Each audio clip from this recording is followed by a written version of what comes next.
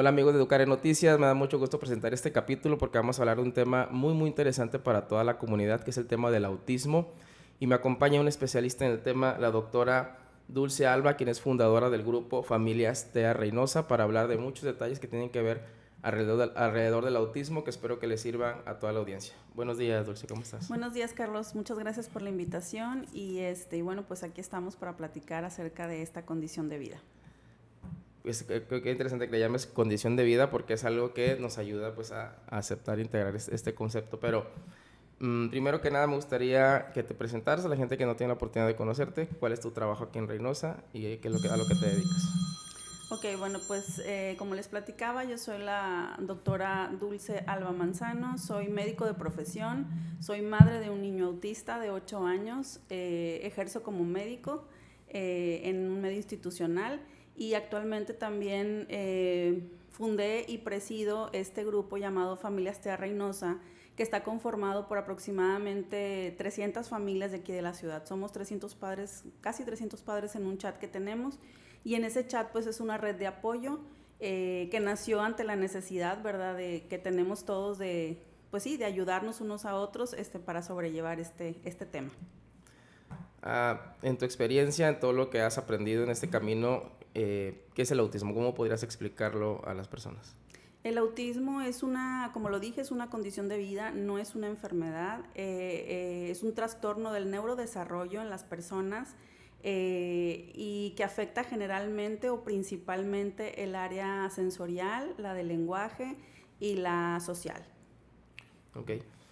Porque, bueno, a lo que estuve investigando un poco, no hay una prueba así fehaciente o definitiva, ni de test, ni psicológica, que sea como para hacer el diagnóstico. Es una serie un conjunto de test, ¿no? Sí, ¿Cómo es la forma un poquito más, pues, certera de diagnosticar, de identificar?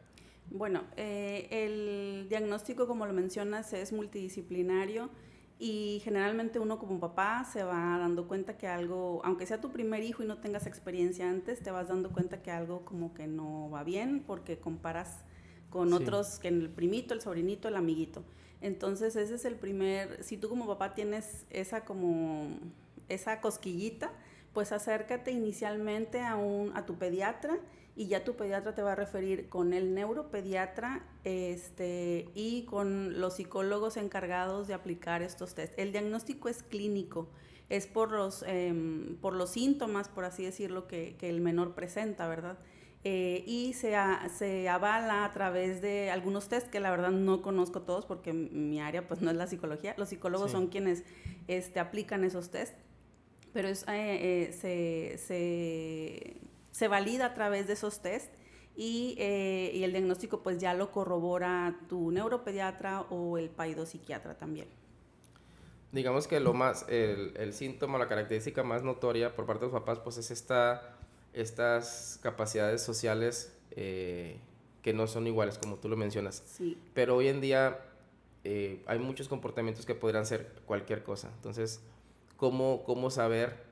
Porque si no tenemos un problema que son los falsos diagnósticos, que hemos visto que se están ya casi cualquier comportamiento que no sea el visto como el normal o el que de los demás niños ya es como que encasillado en cualquiera de este espectro que es muy amplio. ¿Cómo podemos, o como padres, ir pues definiéndolo? Sí, bueno, principales foquitos rojos son, como ya sabemos, el aleteo, el que no habla, que el niño ya tiene 2, 3 años y no habla, no dice ninguna palabra, o bien que hay una regresión, que tu hijo empezó a hablar al año y cachito, al año y medio empieza a decir sus primeras palabras, teta, ma, pa, y de Sí. repente hay una regresión y el niño deja de hablar. Esos son los principales, así como la cuestión sensorial, niños que no toleran ciertas texturas, que no toleran ciertos alimentos, que no te ven a los ojos. A mi hijo sí le pasaba eso, le hablábamos y él no te volteaba a ver a la Ok. cara, pero él, por ejemplo, nunca aleteó, nunca caminó de puntas, y también son frecuentes las ecolalias, que a veces la gente dice, pues sí habla. Una cosa es el lenguaje y otra Sí. cosa es que repita cosas, a eso se le llaman ecolalias. Son niños que repiten, no sé, la frase de un comercial, la frase de una caricatura, o que están diciendo constantemente una misma cosa. Esos son las ecolalias. Ok. Y ya de ahí lo que procedería es, suponiendo que hay un padre, soy padre de familia y empiezo a notar esto, ¿cuál sería el segundo paso que tendría que dar yo como padre de familia? Como lo comenté, acercarte con tu pediatra y él te dirá si requiere primero una evaluación psicológica. Aquí en la ciudad la verdad es que tenemos muchísima gama de buenos y buenas psicólogas, o dependiendo de la situación te pueden mandar ya directamente con el neurólogo o el paidopsiquiatra, pero generalmente quienes aplican los test son las psicólogas porque ellas te hacen varias entrevistas. O sea, el diagnóstico de autismo no se puede hacer en una consulta de 15 minutos, a menos que sea demasiado evidente. Un nivel 3, pues bueno, sí, ¿verdad? Pero cuando es un nivel 1, pues hay más dudas, como lo decías, a veces encasillamos cosas que no son autismo en ese diagnóstico. Entonces, aquí generalmente las psicólogas son las que ponen los test y ya esos test los valida tu neuro o tu paidopsiquiatra, sí, aunado también a que ellos pues observan al niño, ¿verdad? Pero es más corto el tiempo, ellos le dedican 1 hora a la consulta y en cambio ellas son varias sesiones de 1 hora, entonces de esa manera podemos llegar a un buen diagnóstico. Muy bien. Algo que comentamos ahorita al principio de la entrevista, antes de empezar a grabar, es el tema del duelo también. De acuerdo con lo que he estado leyendo, muchos o algunas de las causas del autismo es genético. Esto implica algún tipo de culpabilidad, algún tipo de sentimiento, algún tipo de tema psicológico que los padres tengan que tratar aunado, porque no es nada más como que mi hijo, también implicaría una parte que tienen que trabajar los papás. ¿Puedes hablarnos sobre eso? Sí. Bueno, a raíz de que nosotros como papás recibimos un diagnóstico, pues vivimos un duelo.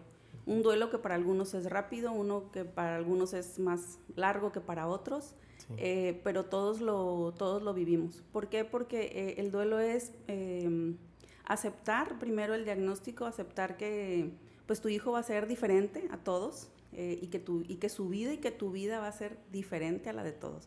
Entonces eso para muchos papás es difícil de aceptar y depende mucho también de tu red de apoyo, depende mucho de cómo pases ese duelo, de tu familia, de tus amigos. En el grupo hay gente que dice, mi propia familia, mis amigos se alejaron. ¿Por qué? Porque no toleran, porque no empatizan con la forma de ser de nuestro hijo y pues deciden alejarse, o a veces uno mismo como papá. Y eso es algo que a veces nosotros nos olvidamos de eso, nos enfocamos tanto en el niño, en buscarle al mejor psicólogo, al mejor, sí, médico para que él salga adelante, pero te olvidas de ti. Te Exacto. olvidas de ti como papá. Y no tengo la estadística, pero creo que es un 30% de las parejas que tienen, o el 40%, un hijo con alguna condición, llámese autismo o cualquiera, sí, que sea, terminan en divorcio, sí, ¿verdad? Y no es por falta de amor, no es porque no quieres a tu hijo, es porque no puedes con esa... pues con esa carga, no puedes con ese sentimiento y mejor decides no alejarte, ¿no? No se acepta, ajá. En algún momento varias personas han comentado, sí, me he culpado, digo, ¿por qué? Porque mi hijo, o qué hice mal, yo como mamá, sobre todo las mamás que somos, sí, las que gestamos a los bebés, ¿qué hice mal, verdad? Porque sí, mi hijo salió así. Pero pues siempre comentamos, no es un error, Dios no se equivoca y nuestros hijos están aquí con nosotros por algo, pero aceptar esto, pues sí es un proceso, no es nada fácil, es un proceso y depende mucho de quién te acompañe en este proceso. Yo creo que para unos ha sido más difícil, para otros más fácil y otros todavía están en el camino. Okay. ¿En tu caso sí te divorciaste también? No, en mi caso, gracias a Dios, tengo un maravilloso esposo y padre presente. Tengo también mi familia, mis papás, sus abuelos paternos de mi hijo, sí, sus tíos, nuestras amistades que realmente han aceptado bastante bien a nuestro hijo, se preocupan por aprender del tema, para saber cómo tratarlo. Sí. Y eso la verdad es que es una gran bendición porque no todas las personas corren con esa suerte. Sería entonces eres de la estadística de la estadística pequeña, ¿no? Porque sí, tener este red de apoyo, como tú dices, es un lujo, sí, hoy en día, y no simplemente por temas, o sea, ya simplemente por cualquier adversidad hay una estadística de divorcio muy muy alta. y esto pues se le agrega un reto, un desafío adicional. Sí. Entonces, bueno, ¿qué le recomiendan ustedes o cuál es el acompañamiento hacia estos papás para que vayan cerrando o aceptando? Bueno, pues nosotros, como te platicaba, tenemos este grupo y este grupo es una red de apoyo. Somos casi 300 familias. Hay papás, varones, hay mamás, la mayoría somos mamás. Sí. Hay algunas abuelitas que fungen como cuidadoras o que tienen la patria potestad de niños autistas. Hay abuelitos también, varones. Y en ese grupo pues nos compartimos nuestras experiencias de vida, porque si bien el autismo es un diagnóstico, es un nombre, es un abanico, se presenta de manera muy diferente en cada niño, en cada persona.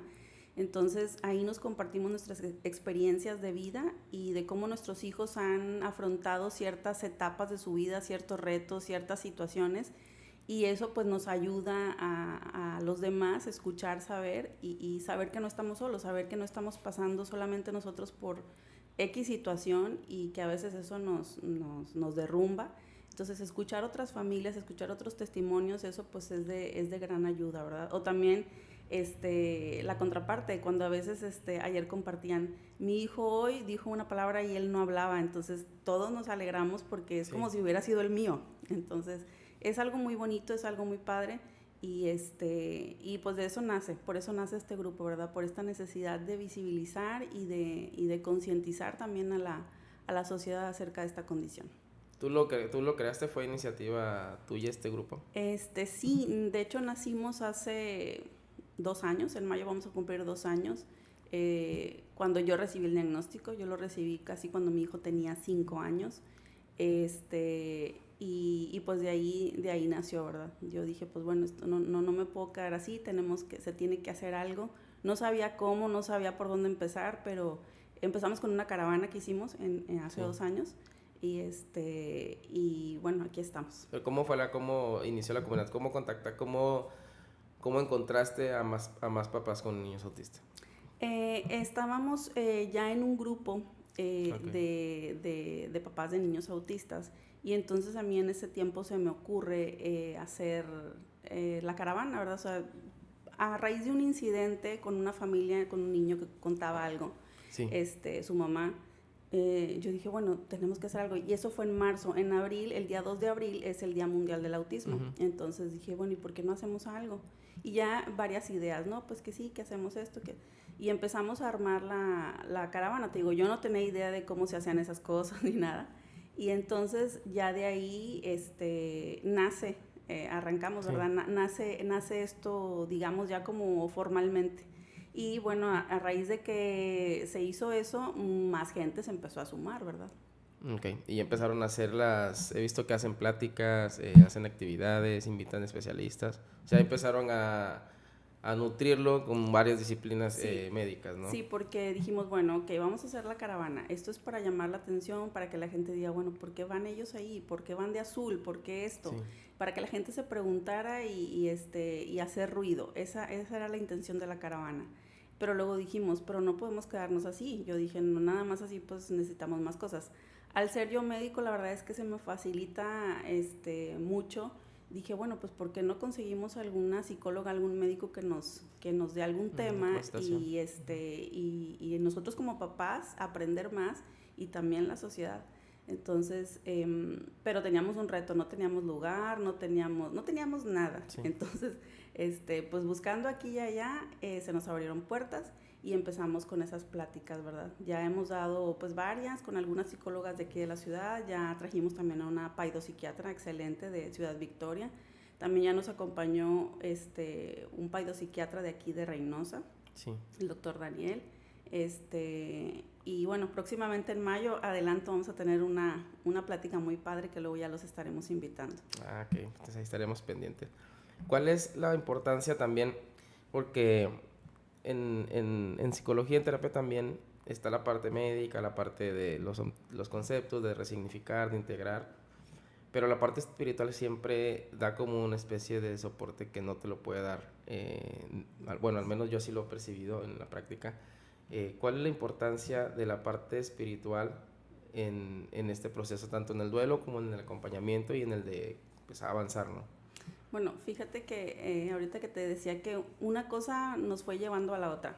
La caravana, las pláticas, luego empezamos a hacer por ahí también actividades en conjunto, sociales con los niños, albercadas, un parque acuático de aquí nos da la entrada libre cada año, vamos y hacemos nuestra posada también. Sí.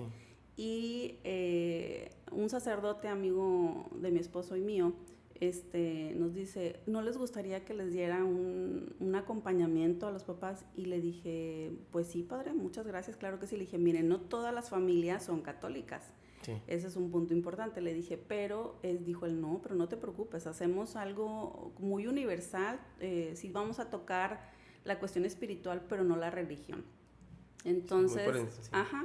Entonces dice, más que nada es un acompañamiento, el que guste, bueno, los invité y gracias a Dios, pues sí, también nosotros tenemos nuestras charlas espirituales con el Padre Francisco, una vez al mes, cada vez somos más familias las que acudimos, sí han acudido personas que no son católicas, la mayoría lo somos de los que vamos, pero también han ido personas del grupo que no son católicas y pues bueno, eso es lo importante, ¿verdad? Nutrirnos, como dices tú.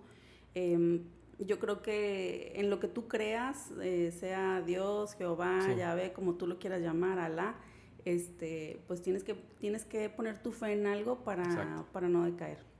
Ok. Pasamos a un tema bien importante, es el autismo en las escuelas. Aparte de ser psicólogo, también soy docente. Y pues he notado, y también soy papá, que no todas las escuelas están capacitadas,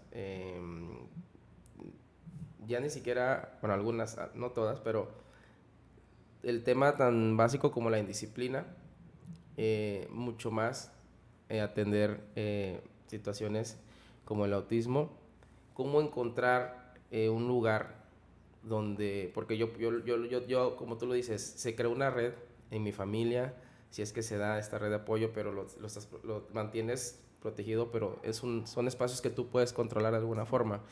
Pero ya una escuela, pues, de alguna manera hay muchas variables que tú no puedes...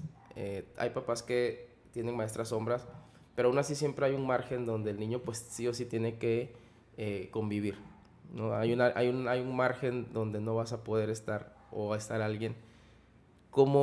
¿Qué puedes decirme tú de las escuelas? ¿Qué es lo mejor? ¿Qué es lo que recomiendas? ¿Qué es lo que has visto en tu experiencia? Bueno, siempre hemos coincidido en que los mejores lugares para nuestros hijos son lugares que sean pequeños, con poco alumnado. Sí. Por lo mismo, porque ellos pueden desregularse con mucho ruido, con ciertos colores, con ciertos sonidos. Entonces, siempre se nos recomienda buscar escuelas pequeñas. Dependiendo del nivel de autismo, generalmente se necesita que el niño esté en una escuela regular, porque a veces dicen, pues lléveselo a la escuela especial, pero pues lo que queremos es que se integre, lo que queremos es que imite a los neurotípicos, no que imite a los que no hablan, ¿verdad? Porque queremos que el niño avance. Sí. Pero como comentabas, pues muchas escuelas privadas a veces se reservan el derecho de admisión, sí. Solamente a 2 niños por grupo, y las públicas pues sabemos que están llenas, ¿verdad? O sea, sí. No es porque a veces los maestros no quieran, es porque no hay ya la capacidad para atender a tantos niños. Sí. Entonces, para nosotros es muy complicado el tema de la escuela. Yo creo que todas las mamás hemos pasado sí. por 5 o 6 escuelas. Vamos de una escuela a otra porque no es que el niño no se adapte, es que la escuela no se adapta al niño. Sí. Y ahí es donde decimos, no hay una verdadera inclusión, ¿verdad? Porque no se le entiende, no se le trata, y no queremos que lo traten con pincitas, ni que, no. Simplemente que se le adapten los contenidos al niño. Hay mucha resistencia por parte de las escuelas a adaptar contenidos, pues porque es más trabajo, sí. por lo que tú quieras. Pero es muy difícil, es un tema para nosotros muy, muy difícil, y pues vamos buscando a prueba y error, en las escuelas, que vamos pasando, pues vamos probando, y en la que nos funciona. De hecho, ahí en el grupo ya tenemos ahí nuestra lista de escuelas que sí y escuelas que no. No la vamos a publicar decir, para sí. no vamos a hacer polémica aquí, luego lo van a los comentarios. Pero sí es un tema difícil, es un tema bastante difícil, y como decías, nuestro gran miedo como papás, sobre todo con los niños que no son verbales. Mi hijo habla, pero hay muchos niños que no son verbales. Pues es el miedo de decir, qué hizo, por qué llegó llorando, por qué no se quiso quedar, cómo le fue. O sea, imagínate tú preguntarle a tu hijo, pues que tu hijo no te responda. O sea, qué difícil ha de ser. Sí, yo creo que para cualquier papá dejar ir a su hijo a la escuela te quedas como quiera con el temor. Ahorita como están las cosas, pues con esos niños más, ¿verdad? Y muchos, como comentabas, pues no hay la posibilidad para una maestra sombra. Sí. Porque aparte el autismo es una condición cara, muy cara. Entonces, a veces esa es la limitante. Algunos niños no están escolarizados porque las escuelas públicas no tienen cupo, porque las escuelas privadas exigen una maestra sombra y los papás no la pueden pagar. Entonces, hay algunos niños que sí no están escolarizados por esa razón, ¿no? Entonces, digamos que el factor económico sí es determinante para la integración, o sea, para lograr un óptimo desarrollo. Sí, yo creo que sí.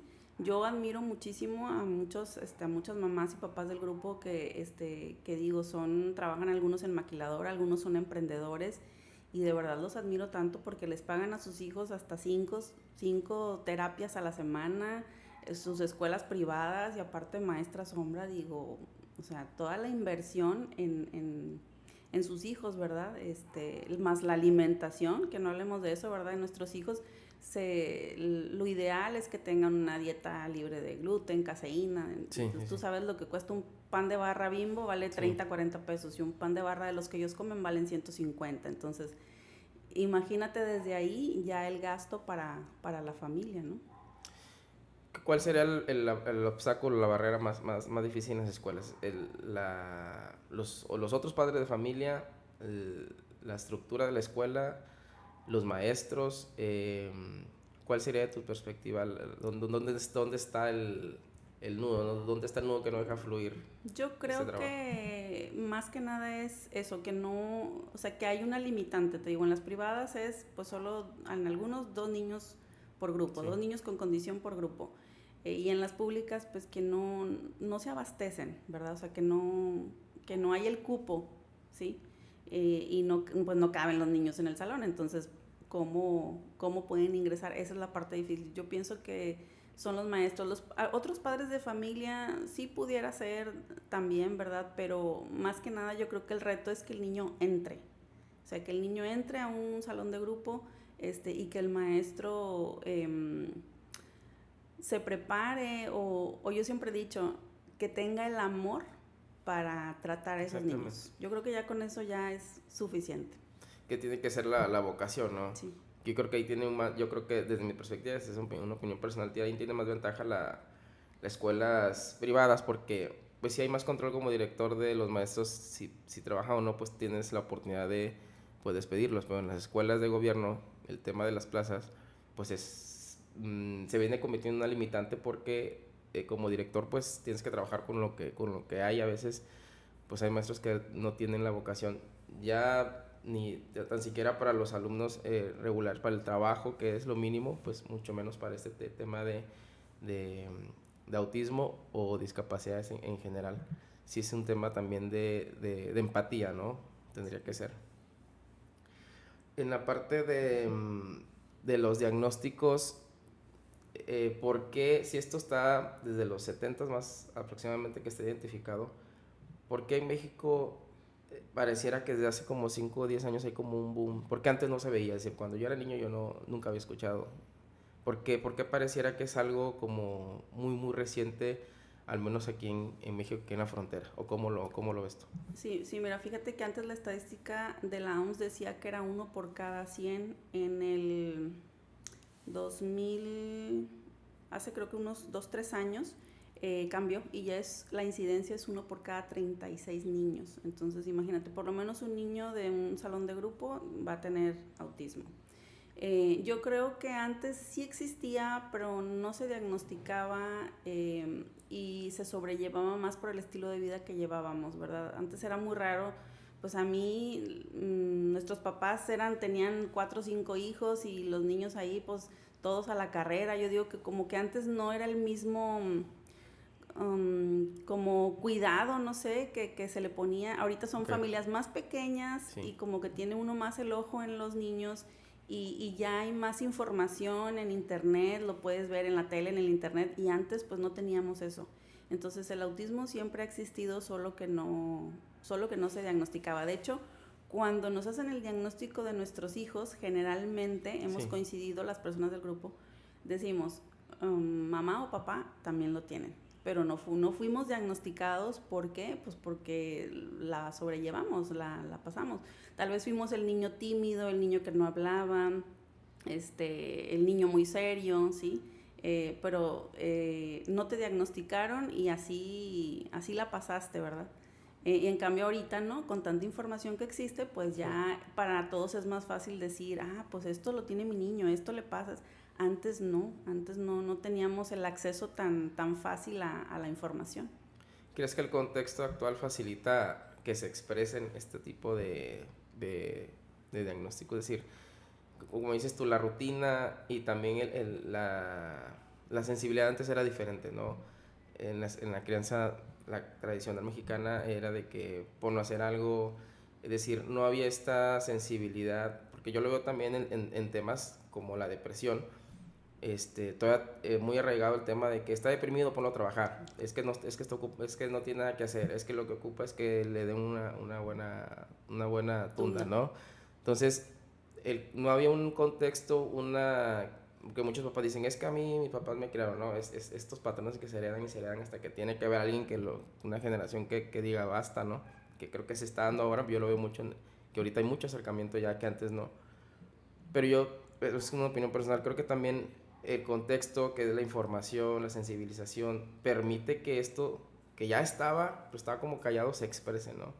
Que puedan notarlo y que pueda expresarse y que puedan tomarlo con la seriedad que es, con la sensibilidad que es, que antes pues era reprimido por estos modelos de crianza pues muy estrictos, muy rígidos, que no permitían que pues al menos que fuera algo muy evidente o muy como dijiste ahorita, muy profundo, que pues ya no hay ni cómo decir o cómo que sea un tema de que se ocupen en algo, pero en lo demás no se permitía. ¿Crees que también tiene que ver esa sensibilidad que se tiene ahora, esa información, ese contexto donde ya pues se permite más? Sí, yo creo que sí, pues hay más expresión y por lo tanto, como comentas, pues sucede eso, ¿verdad?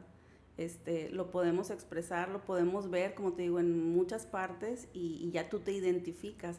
Antes, y no porque nuestros papás no nos quisieran, yo vengo de una familia pues relativamente grande, éramos 4 hijos, papá y mamá, ambos siempre trabajando, entonces yo creo que los papás ni tiempo tenían en esas Viendo, cosas, ¿verdad? No, y no porque no fuera importante, pero como dices, si era un nivel muy leve, un autismo nivel 1, pues iba a pasar desapercibido porque el niño como quiera ahí la iba haciendo y pasaba en la escuela de panzazo, qué sé yo.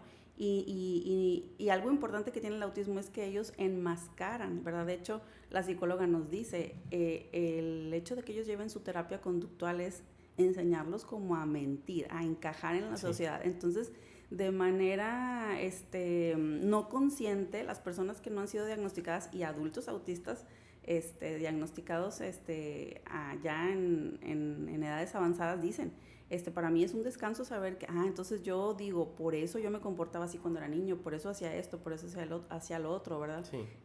Pero antes pues no había, como dices, esa apertura, no había a lo mejor también la posibilidad, ahorita no había ni siquiera a lo mejor también tanta gama de psicólogos especialistas aquí en la ciudad, hablando de Reynosa.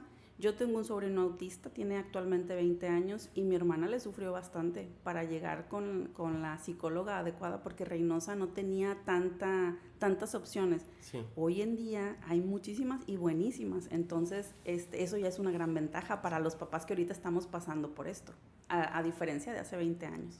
O sea, el contexto actual sí favorece, ¿no? No son las mismas condiciones que hace tiempo. Sí, así es. Pero aunado a esto también hay un problema que es como el extremo de que hay muchos falsos diagnósticos. Y yo también he visto con amigos que están en el DIF o en otras instituciones públicas de que ya cualquier cosa es como autista, es como hay maestros que también se tienen pues se atreven un poco a diagnosticar sin tener el perfil o la capacidad de que es que hay que decirle a su papá que lo mande a que lo chequen porque parece que tiene autismo, porque pues tal vez tiene algún problema y puede ser algo emocional, algo de que sea tal vez pasajero, algo de su familia, y pareciera que hay mucho diagnóstico muy apresurado.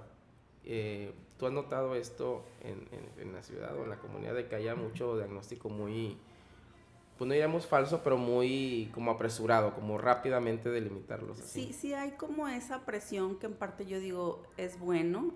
Para mí yo pienso que es bueno que un maestro te diga, porque muchos papás a veces también se ofenden y se enojan. Para mí es bueno, para mí así fue, de hecho, la maestra de kinder me dijo, ¿sabe qué? Su hijo lo veo diferente, tiene estas conductas, no me dio un diagnóstico, no me dijo tiene esto, me dijo es necesario que ustedes lo lleven a una evaluación, se hizo. Entonces yo pienso que es bueno que eso habla de que el maestro pues por lo menos tiene interés, que sí le está poniendo atención al niño, ¿verdad? En su conducta. Entonces ya el hecho de que un maestro te diga que ve algo raro, pues ya tú como papá dices, bueno, pues voy y lo atiendo, ¿verdad? Y veo qué es. Puede que haya errores en el momento del diagnóstico, por eso es importante pues acudir a lugares adecuados y que esos test que se fueron aplicados al menor pues los valide, como dije, un neurólogo o un paidopsiquiatra, y que ellos también hagan la observación del niño, ¿verdad? En nuestro caso pues así fue. Ahora sí que no dejamos el diagnóstico solamente con lo que nos dijo una persona, ¿verdad? Lo confirmamos con 2 especialistas más y pues ya uno está tranquilo de que pues que sí es eso, ¿verdad? Porque sí también a veces muchas personas para todo también encasillan en autismo y en déficit de atención e hiperactividad. Sí. Porque el niño no se sienta, pero ahí es una cuestión a veces de conducta, o que también la persona adulta que está a cargo, llámese maestro, cuidador o lo que sea, pues a veces no sabe cómo llevar al niño y pues no es que sea el niño, a veces somos los adultos. Entonces, yo creo que es parte y parte, pero yo pienso que es bueno que un maestro te diga, oye, fíjate que veo esto hay algo que hay que revisar, ¿no? Ajá, y nosotros como papás no cerrarnos. Si no es, qué bueno, y si es, pues bueno, a darle para adelante y atender al niño, ¿verdad? Porque el tiempo que ellos pierden es oro. Entre más chiquitos ellos empiezan con sus terapias, pues es mejor. ¿Para qué? Para que ellos a futuro puedan ser unas personas que se valgan por sí mismas, que tengan su vida lo más normal posible. ¿Qué opinas de la medicación? De la parte neurológica. Bueno, el autismo como tal no requiere tratamiento médico, el autismo puro, pero generalmente el autismo siempre viene con otras comorbilidades, como el déficit de atención, como otras cosas. Entonces, epilepsia también es otro de los diagnósticos con los que se asocia bastante. Entonces, en los casos de esos niños, pues sí hay que medicarlos. A veces también nosotros como papás nos resistimos a eso, pero la verdad es que los niños avanzan mucho. En nuestro caso muy personal, nuestro hijo, aparte de ser autista, tiene déficit de atención y ese se le diagnosticó apenas hace 1 año. El autismo fue casi a los 5, ahorita nuestro hijo tiene 8, a los 7 se le diagnosticó el déficit. Entonces, la verdad es que con el medicamento él ha mejorado mucho su rendimiento en la escuela. Entonces, pero el autismo puro como tal, eso es importante, no requiere un diagnóstico. Sí, a veces... medicamento. Sí, no requiere medicamentos. A veces pueden los niños consumir ciertos suplementos que se recomiendan, que el omega, los probióticos, pero no medicamentos como tal, a menos que sean indicados por el neuropediatra o el paidopsiquiatra por alguna otra situación agregada, como lo mencioné, pues ahí ya se justifica el uso de los medicamentos. ¿Qué tanto le explicas o qué tanto se le puede explicar a los niños todo lo que está pasando a su alrededor? Me refiero a que, por ejemplo, cuando se trabaja con algún adolescente o con algún niño, temas de disciplina, no sé, el hecho de que lo estén llevando al psicólogo frecuentemente, pues este efecto de etiquetarse se sienten que no se daña tanto su autoestima de que hay algo malo conmigo, ¿no? O porque yo requiero tantas cosas a mi alrededor. Que dependiendo el nivel de autismo, pero cómo explicarle o cómo se le explica a los niños esto que está pasando, esto que necesitas, pero sin que su autoestima se dañe de decir, como que voy o sea, que sí soy diferente, pero que no se vea como una desventaja, que no lo vean como algo que les dañe su autoestima. Bueno, fíjate que nunca había pensado en esa pregunta. Quizá porque nuestros hijos empiezan muy pequeños a ir a terapia, a veces a los 3, a los 4, ellos ya están... Ya crecen y con eso. entonces no son conscientes, exacto, van creciendo con eso. La verdad nunca me había hecho esa pregunta. Mi hijo nunca nos lo ha cuestionado, no dice por qué vengo, no nada. O sea, para él es normal, es parte de su vida ir, porque aparte la terapia es toda la vida. Por eso decimos, esto es una condición cara y es una condición de vida. O sea, el autismo no se le va a quitar cuando esté adolescente, cuando sea adulto. El autismo siempre va a estar. Entonces, él siempre va a requerir sus terapias, tal vez con menos frecuencia ya cuando madure y crezca más, pero al final de cuentas siempre, te digo, mi sobrino tiene 20 años y él todavía va a terapia. Entonces, yo creo que para ellos es como algo natural, que no son conscientes de que van porque les necesiten algo, porque les falte algo o así. Yo creo que para ellos es algo como ya parte de su vida. Lo que sí, yo le preguntaba al neuro, le digo, doctor, ¿y cuándo le tengo que decir yo a mi hijo que es autista? Y él me dice, ya. Ya tú le tienes que decir, él a lo mejor te va a entender, no te va a entender, pero él ya tiene que saber que él tiene esa condición, ¿verdad? Y más adelante él mismo ya lo va a ir asimilando. Y sí, o sea, ya cuando él me dijo, pues ya yo empecé a decirle a nuestro hijo, ¿verdad? ¿Sabes qué? Tú eres autista. Y él como que no entiende, no entiende lo que le digo, pero sí dice, yo soy autista. Me dice, yo soy autismo, porque cree que autista es de femenino. Entonces dice, yo soy autismo, mamá. Le digo, no, eres autista. Entonces, sí, a los niños hay que decirles que tienen, ¿verdad? Que conviven, que viven con esa condición. ¿Y cuál es la mejor forma de explicárselo? ¿Cómo se lo explicas a un niño? Pues, te digo, fue la pregunta que yo le hice a su médico y él me dijo, así como va, usted se lo va a decir y él tal vez le va a ir haciendo las preguntas. Te digo, en el caso de mi hijo, él todavía no se cuestiona porque es diferente a los demás. No es consciente todavía de eso. Creo que por eso no hemos entrado en el dilema de cómo decírselo, ¿verdad? Yo solamente le explico que él es igual que todos los niños, que tiene derecho a jugar como todos los niños, que tiene derecho a ir a la escuela, que va a crecer como todos los niños, pero que él es diferente, que su cabeza a veces piensa diferente y por eso hace cosas diferentes, ¿verdad? A los demás. Hasta ahí y ya él, te digo, como que me entiende, como que no me entiende, pero es lo que yo siempre le platico cuando hablamos de eso. Ok. ¿Cuál es el reto o la meta en este acompañamiento? ¿Es lograr que tengan una independencia, que tengan una integración a la sociedad? ¿O cuál es como el objetivo como papás?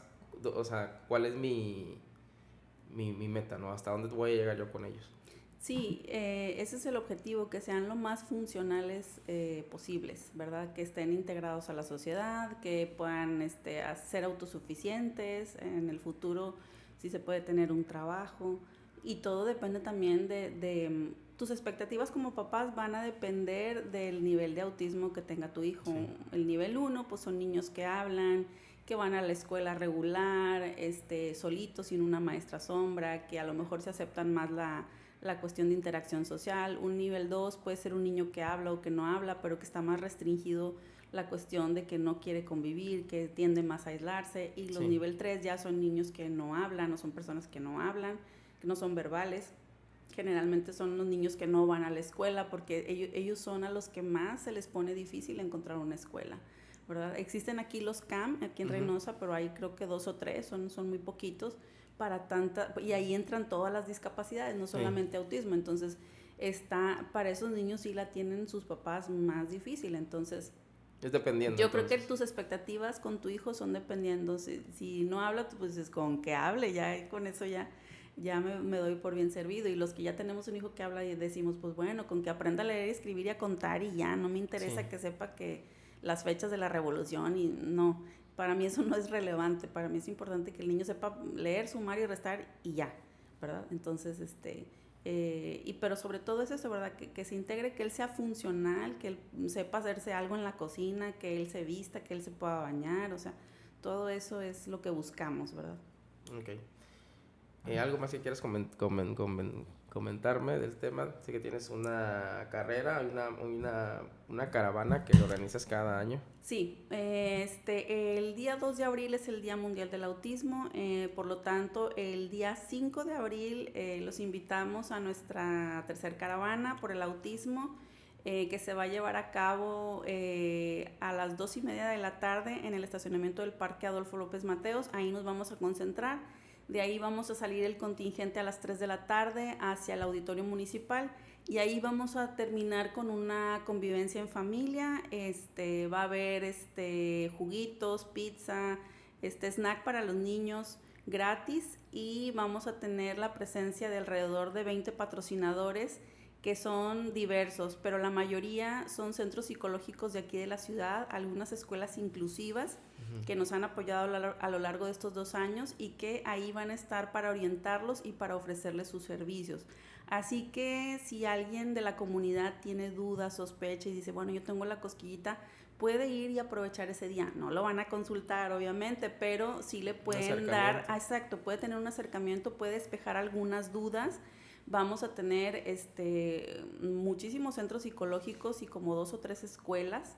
Y vamos a tener también ahí la presencia de un centro ecuestre de la ciudad y vamos a tener paseos en caballo gratuitos para los niños. Entonces, ¿es para toda la comunidad? Ese es para toda la comunidad, es abierto al público en general, es un evento gratuito y pues nos pueden acompañar quien guste. Y el día 6, al día siguiente, el domingo muy tempranito, el DIF Reynosa está organizando una carrera por el autismo. Esa la organiza el DIF, pero la causa es el autismo. Entonces, por lo tanto, pues nosotros también estamos invitando a la gente a que participe. Por ahí les vamos a compartir el código QR donde pueden obtener su kit. El costo es de 300 pesos por kit. Pueden comprar un kit por familia e ir a correr todos ese día, no pasa nada. El chiste es pues hacer también, hacernos notar, ¿verdad?, en esa carrera para que pues la sociedad vea cuántas personas somos, que todas las personas que convivimos con esta condición y que pues que ahí estamos, ¿verdad?, que somos parte de Reynosa. Que es muy importante esta parte de lo que ofrecen ustedes como red de apoyo, porque el tema del autismo y en cualquier condición que cause sufrimiento al ser humano, sea una depresión, sea un tema de hijos, un tema de noviazgo, un tema de divorcio, toda afectación emocional que nos haga sufrir a los seres humanos requiere red de apoyo, y aquí en Reynosa hay muy pocas para todas las áreas que hay. A diferencia de Estados Unidos, que hay red de apoyo para casi cualquier enfermedad, o sea, se reúnen de que los de veteranos, que de cáncer, que de esto, o sea, de esclerosis y así, de todo. Y aquí es como, y sí, porque si hay una parte en los procesos que te sientes solo y sientes que lo que estás pasando tú, nadie más o muy pocos. Y intentas compartirlo, que yo lo veo con los pacientes, y no hayan con quién compartirlo porque no hay esta empatía, no hay este acompañamiento que comprenda. Siempre que abren su problema les dicen qué es lo que tienen que hacer o qué no tienen que hacer, o mensajes de culpabilidad. Entonces, sí hace falta una red o redes así que haya empatía, y aquí la hay porque son personas que están pasando lo mismo en diferentes contextos o con algunas diferencias, pero de base es lo mismo. Entonces el acompañamiento, el no sentirnos solos en lo que nos está pasando cuando estamos teniendo una situación desafiante, pues sí es muy, muy, muy significativo, y sí genera un apoyo. Es más fácil sobrepasarlo, sobrellevarlo. Sí, es lo que yo les compartí hace días que tuvimos una charla con el padre. Les digo, anímense, somos 300 familias ahí en el grupo. Y sí vamos a la charla, no vamos los 300, pero ponle que vamos unas 40 personas. Entonces les digo a los demás, les digo, anímense. Esta es la mejor terapia que podemos tener porque es a la luz de la palabra. Esa es una. 2, nuestros hijos nos pueden acompañar. El padre no se va a enojar porque el niño está hablando, está caminando, está haciendo algo. Él sabe, él entiende. Entonces, esa no es una limitante, es gratuito, o sea, no nos va a costar.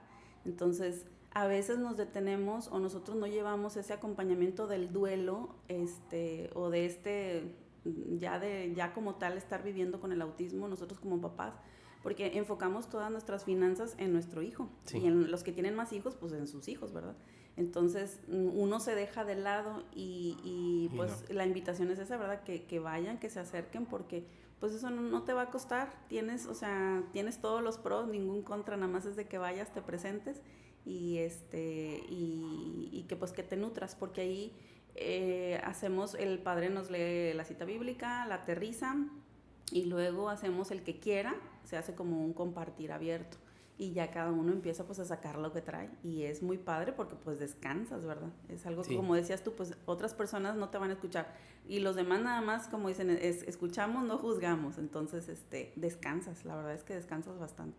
Ya para terminar, porque se me olvidaba la pregunta, ¿cuál es la recomendación a un papá que tiene un niño, vamos a llamarle regular, y que está en un restaurante, en un lugar, y hay en las mesas o en la fiesta infantil un niño con autismo? ¿Cuál es la reacción o qué le dirías tú a ese papá de cómo reaccionar y cómo decirle a su hijo que reaccione? Porque a veces es, no le hables, o vente para acá, como, como si el otro niño tuviera algo, no sé, peligroso o algo así. Y hay papás que dicen, es que yo no sé qué hacer, porque veo que el niño no quiere jugar o no quiere interactuar. Entonces, a veces hay papás que dicen, es que no sé si acercarme o que mi hijo se acerque o nos vamos. ¿Cuál es la mejor reacción o qué le dirías tú a los papás que van a un evento social y se encuentran con niños autistas? Bueno, pues de entrada, pues que eso pues no es algo que se le va a contagiar a su hijo, no se le va a pegar, que me ha pasado a veces con mi hijo, él no sabe cómo acercarse, estamos en X lugar con personas desconocidas y él quiere acercarse a otro niño, va y se le acerca y le gruñe y entonces el otro niño cree que mi hijo está peleando. Sí. Y entonces ya yo le digo al niño, mi esposo y yo vamos y le decimos, es que él quiere jugar contigo, solo que Mariano es autista. Siempre yo digo el diagnóstico para que la persona sepa, porque generalmente a estos niños se les encasilla como chiflados, como groseros. Sí, o que los papás no les dicen nada. No le decimos nada, entonces siempre le digo, Mariano es autista, quiere jugar contigo, ¿quieres jugar con él?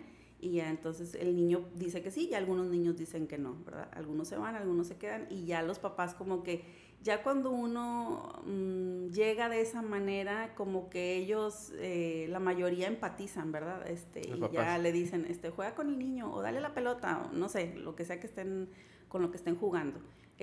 Yo generalmente eso es lo que hago, ¿verdad? Porque a veces sí, pues también hemos vivido la contraparte, las miradas de rechazo, el que se le quedan viendo porque tuvo una crisis ahí y no es que esté chiflado, no es que...